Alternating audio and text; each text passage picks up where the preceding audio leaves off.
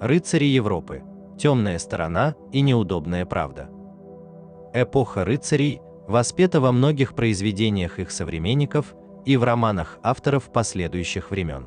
Романтикой, а иногда мистикой, окутаны сам паладин, его рыцарский девиз, герб, образ жизни, служение прекрасной даме. Как правило, это были жестокие воины, но прекрасные произведения литературы сделали их образ неотразимым и нарицательным.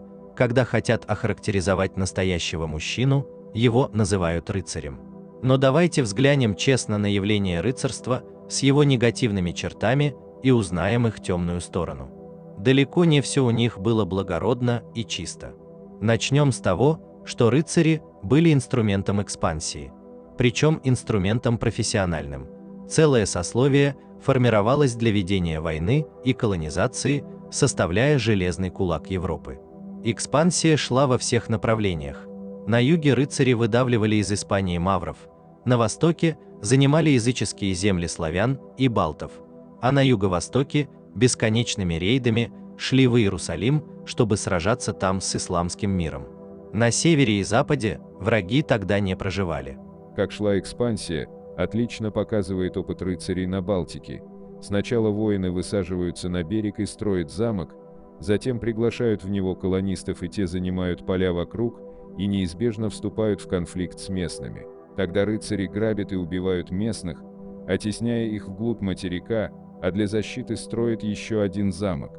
И так повторяется бесконечно. На руках рыцарей исчезновение палапских славян, прусов и ятвягов, части мадьяр, испанских мавров и мавров на островах Средиземного моря. Один из главных признаков воинского сословия – это агрессивность и жестокость. Сложно ожидать от солдат нежности и милосердия, но рыцари часто сильно превосходили по зверствам даже прочие военные ордена. Магистр Дон Альберто из ордена Монтесы в Испании со своими рыцарями и сервиентами успешно выполнил королевский приказ, повергнув современников в ужас своей жестокостью, проявленной при подавлении восстания Валенсии. Так, он приказал расплавить огромный бронзовый колокол, взывавший своим звоном на собрание восставших горожан, и залить расплавленную бронзу в глотки предводителям мятежников. И это было с христианами, а не маврами или язычниками. К слову, жили рыцари далеко не в замках. Несмотря на их обилие в Европе, на всех все равно не хватало, и только высшие чины рыцарства, фавориты королей, могли жить в каменных башнях. Прочие же довольствовались родными деревнями, с усадьбами там, которые и кормили своего господина. Рыцарский турнир, который якобы проводился ради ужина с прекрасной дамой, грубейшая романтизация довольно доходного дела. Ужин с высокородной красавицей, в нем лишь приятная, но наименее интересная большинству часть. А выгода была куда проще. Призами турниров часто были золотые кубки, бриллианты и кольца, золотые копья, собаки и кони ценных пород, которые стоили целое состояние. А главное, поверженного рыцаря можно было взять в заложники и требовать выкуп с родни, забрать его доспехи и коня, которые тоже могли стоить очень дорого. Пленение и выкуп из него были главными статьями дохода рыцарей и на войне, причем для мотивации пленника и его родни применялись все методы воздействия, от пыток и побоев до унижений. Франсуа де Палу заключил Генриетта Жентиана в темницу, где узник насчитал 18 змей и прочих рептилий. Более того, Франсуа также послал письмо герцогу Бурбонскому и другим родственникам Генриетта, предупредив, что если опоздают с оплатой, то он вырвет пленнику зубы. Когда те ничего не ответили, он действительно выбил несколько зубов у несчастного молотком и разослал родственникам, чтобы все удостоверились, что он не шутил. С другой стороны, желание обогатиться, а не просто отправить на небеса своего врага, сильно гуманизировало войну. Рыцари старались не убивать знатных, а взять их в плен. Простолюдина рыцари не щадили, но и получали ответную любовь за это. Так, бегущие из Лондона французские шевалье попадали в крестьянские засады, и их истребили бы полностью, если бы уже сами английские рыцари не пытались отбить своих врагов от безжалостного крестьянского молота. Сильный новичок за считанные месяцы на турнирах мог стать настоящим богачем.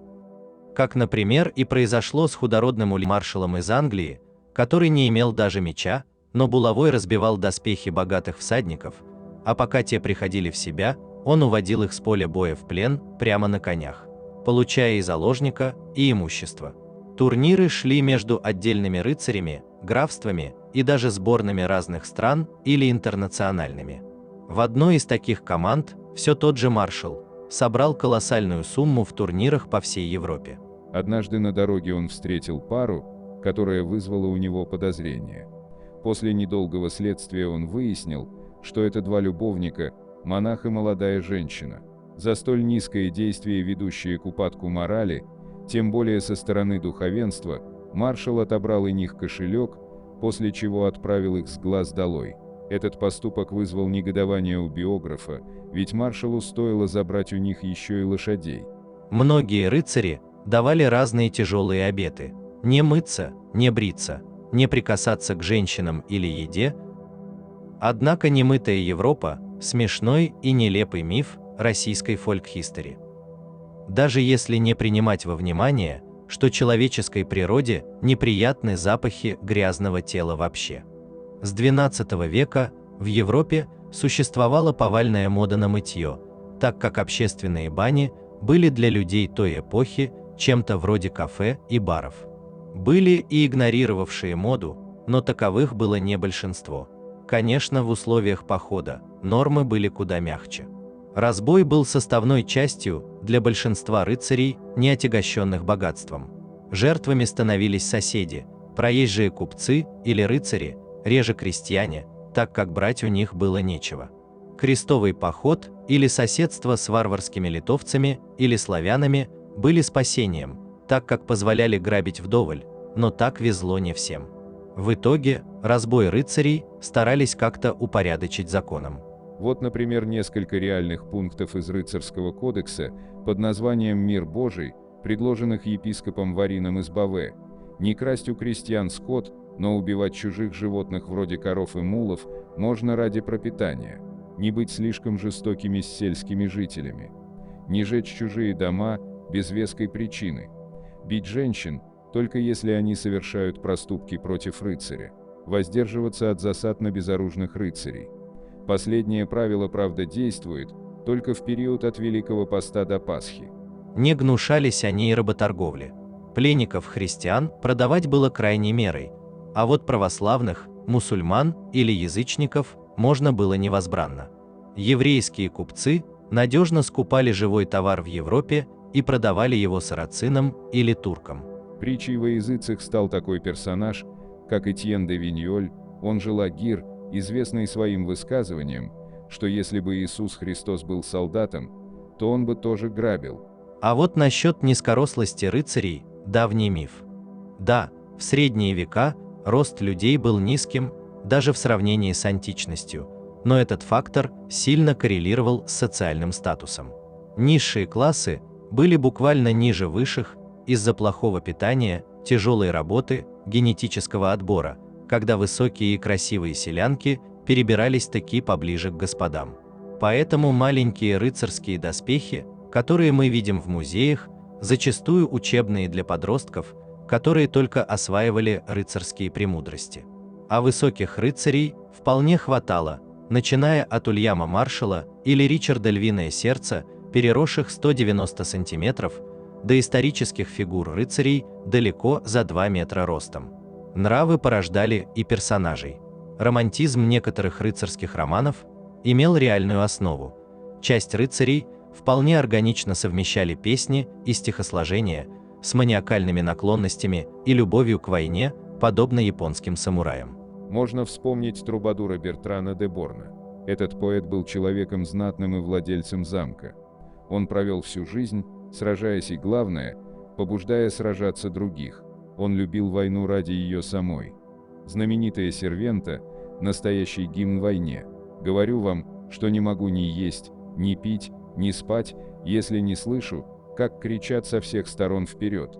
Не слышу ржания испуганных коней, сбросивших всадников, не слышу криков на помощь, и не вижу, как воины падают на траву, спотыкаясь о рвы, малые и большие, и не вижу мертвых, пронзенных копьями, украшенными флажками. Служение прекрасной даме – образ довольно поздний. Уже на закате рыцарской эпохи становится популярным крайний романтизм рыцарского образа. Молодой мужчина, влюбленный в прекрасную женщину и ради этого совершающий подвиги – это некое идеальное мнение о рыцаре, которые на деле грубые вояки, равнодушные к тонким эмоциям. Но однако, мода на такой образ была повальной. Рыцари выбирали себе даму сердца, часто замужнюю, а ее именем совершали дела благовидные и не очень.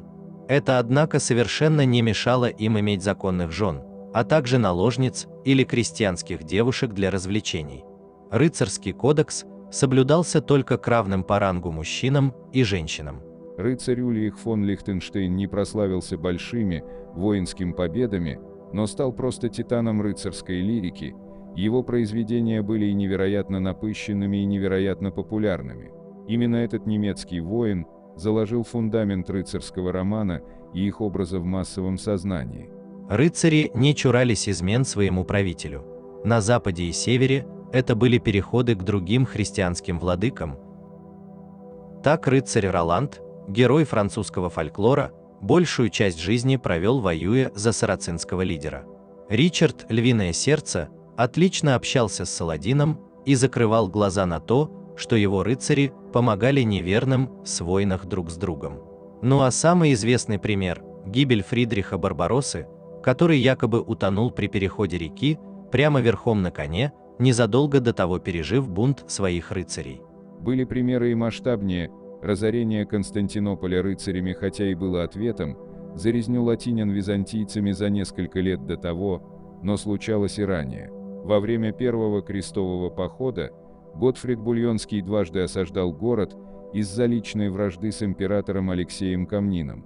Суммируя, можно припомнить рыцарям резню в Палестине, натиск и истребление славян и балтов, махинации тамплиеров, даже вынужденное людоедство во времена осады Иерусалимского королевства.